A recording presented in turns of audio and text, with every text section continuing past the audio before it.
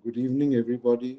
By now, you've had the budget proposal circulated a lot. You've been reading it, digesting it, and a lot of thoughts are going through your mind on how good it is. Well, frankly, there was a lot of stake on this budget. Generally, it was seen as the NDA government, after a bit of a drubbing, was coming up with its third avatar, and a lot of expectation was there. People expected that it would go into a fair amount of rectification as well as increased spending in infrastructure so that as to sort of kickstart the economy. Jobs was to be a priority, which it has actually done, as well as agriculture and so many other areas. There was a lot of expectation riding, but unfortunately, a lot of those expectations have been belied. Um, One thing which strikes you about the budget is that there was no philosophy running right through it.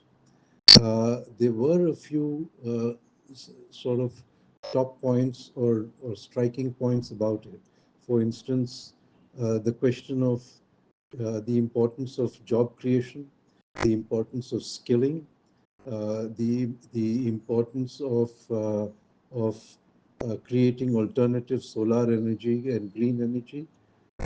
These were some of the important aspects, as well as rectification of the tax regime and making it simpler. These three or four areas were definitely a kind of connector which we must see, but ultimately a long-term philosophy, a kind of vision that will see the next 2 or 3 years as far as the NDA government goes. That was found to be missing.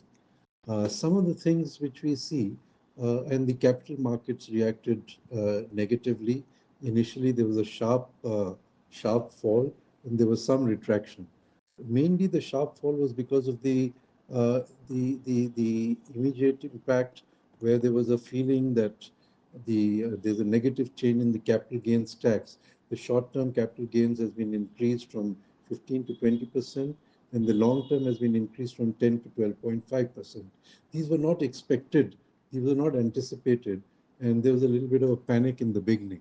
But as things sort of panned out, we know that the market, there's a lot of liquidity, 4-5 lakh crores, which is swishing around, and it has the capital market has the strength to be able to take this, and it will ultimately absorb it and move on. So this will, in the long term, will not have much impact, but in the short term, from a sentiment point of view, this definitely had a very negative impact. There is a certain philosophy behind it, which we must understand, that the government, which otherwise taxes assets and income at 30%, has been charging much less in terms of tax for the returns that are being generated on the stock market. 10%, 15%, these are fairly low figures. And somewhere I think the government decided that this has to be shaken out. And those gains, which were earlier being allowed so that there was more investment in the private sector from private parties and a great more investment in manufacturing and generating growth, all that has already happened. Markets have matured.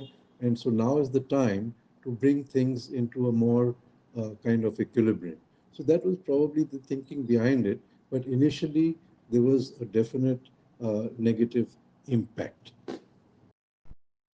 Let us look at some of the positives, some of the important changes this budget has brought about. I think the finance minister has taken a serious leaf from the suggestions and proposals which have been swirling around prior to the budget, which is to give importance to job creation. Jobs have been tough to come by, and a large number of youths, especially the those still are just out of college, out of schools, are finding it difficult to get jobs because they're not skilled.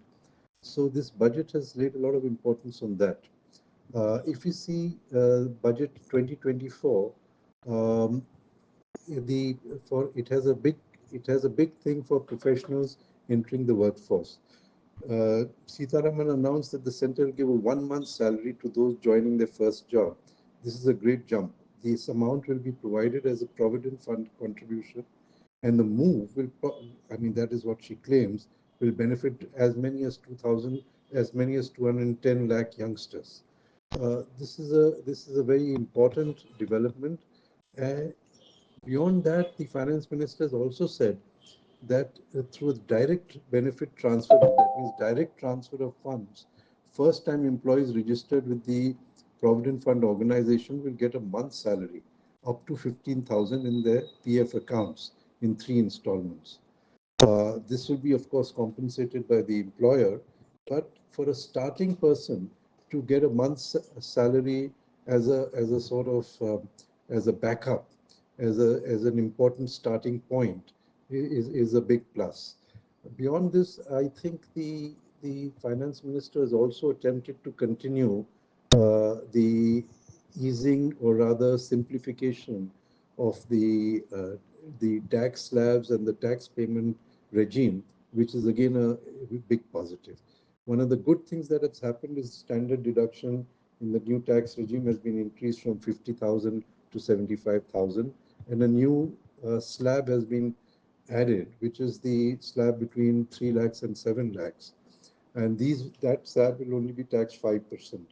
So this is again a positive.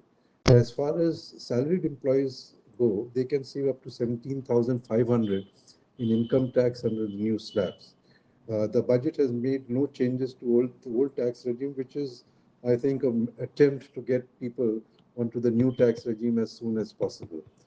All these are extremely positive developments.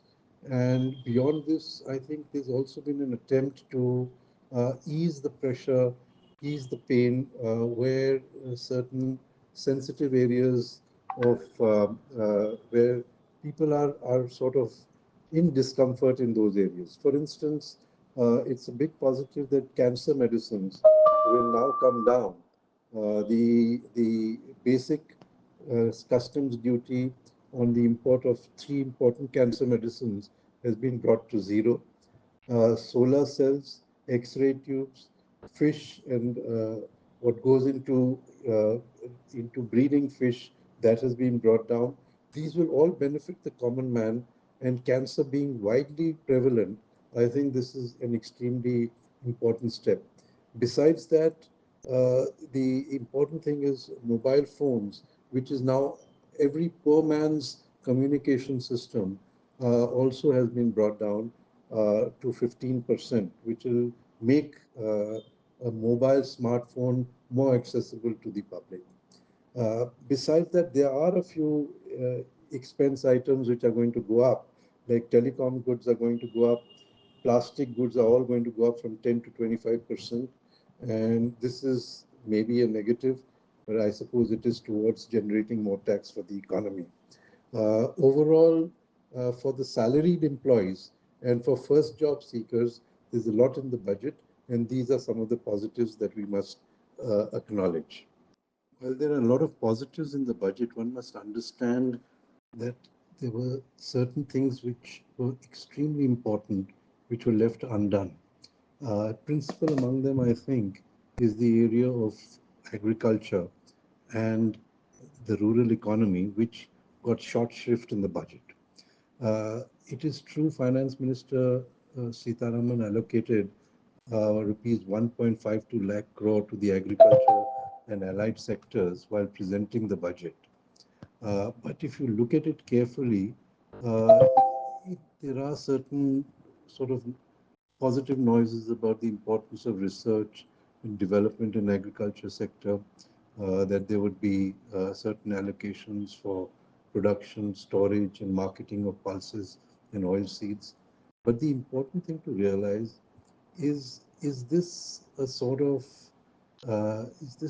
non-realization of what happened in the elections? If we see largely the opposition won from rural belts and semi-urban belts, where the distress in agriculture, where the distress of the rural economy was felt strongly. Though the finance minister's pledge to continue the interim budget proposals, which were earlier on put out in February in regard to the farm economy, but you don't see that realization that it is the rural economy which is suffering intensely. There are no jobs. There is no money for investment in upgrading seeds, in upgrading the stock of the new crops being produced. Uh, the the opportunities for the rural youth to branch out and take up new skills, these are not being attended to. And most of important, that the purchasing power is not there with the rural folk, which ultimately is key to kick starting the economy. It is it has been amply proved, and all the FMCG companies are talking about it, how the purchasing power of the rural people has declined, and they are facing a lot of resistance in new purchases of uh, of normal all-time goods or family usage goods, consumer goods, which were earlier on selling better and now have slumped. So this reflects that the rural economy is really in bad shape, and it should have been addressed with more specific allocations, with more targeted spending, and maybe even more targeted transfer of funds directly into the bank accounts of those who are at the absolute bottom of the pyramid. So these schemes are there, but they are few and far between. 6,000 Kisan Yojana is there, 6,000 rupee Kisan Yojana, which is transferred in 3 or 4 installments. But these are not good enough. And really, the main thing which is holding back the economy today is the lack of spending power by the rural areas. This has not been addressed sufficiently. The other thing which should be mentioned is that there's been a lot of support in the budget for new projects and finance-backed support, especially to Bihar and Andhra Pradesh, which have backed the NDA and are almost allowing it to survive. It was so obviously political, these allocations. Why not the other states? Every state has a crisis point. But why have these two states been singled out? Is it to just shore up the majority which has been cobbled together because of the contribution of the NDA partners from these states? Well, I mean, if the budget is going to reflect that much of politics and the spending is going to be politically inspired, then it is definitely a negative, and one must mark down this budget on that point. Given the totality, this is not going to be one of those budgets which will be long remembered into the months ahead. With that, thank you very much for listening in. Thank you for the attention you have given.